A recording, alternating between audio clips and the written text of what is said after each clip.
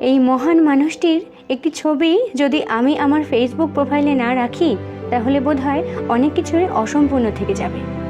এই মহান মানুষটিকে এখন আমরা প্রত্যেকেই চিনি, প্রেমানন্দজি মহারাজ।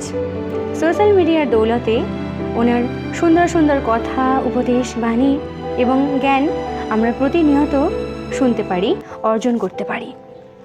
আমি মহাকুম্ভে স্নান করতে যেতে পারলাম না, এতে আমার কোনো দুঃখ, কষ্ট কিচ্ছু নেই, কোনো আফসোস নেই। বিশ্বাস করো, এই জীবনে এমন একটা মহান মানুষকে দেখতে পারি, তার কথাগুলো শুনতে পারি, এটাই আমার কাছে অনেক বড় একটা পাওয়া।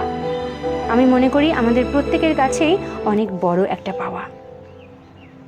অনেকেই হয়তো জানো, যারা জানো না তারা জেনে নাও, এই মহান মানুষটির যখন 35 বছর বয়স তখন ডক্টর বলেছিলেন আপনার 2টো কিডনি ফেল, আপনি 2 কি 3 বছরের বেশি বেঁচে থাকতে পারবেন না।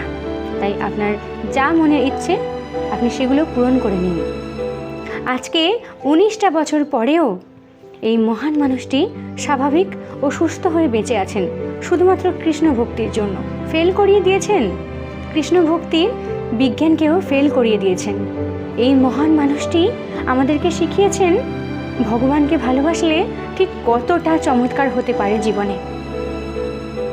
যদি প্রেম করতেই হয় তাহলে ঈশ্বরকে করো, মন দিয়ে করো।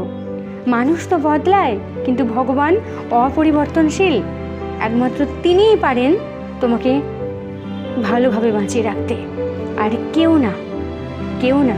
এই মহান মানুষটি আমাদের প্রত্যেককে প্রতিদিন একটি কৃষ্ণ মন্ত্র জপ করতে বলেছেন, যে মন্ত্রটি পাঠ করলে অনেক কঠিন থেকে কঠিনতম পরিস্থিতি সহজ হতে পারে। সেই মন্ত্রটি হলো কৃষ্ণায় বাসুদেবায় হরে পরমাত্মনে প্রণত ক্লেশনাশায় গোবিন্দায় নমঃ নমঃ।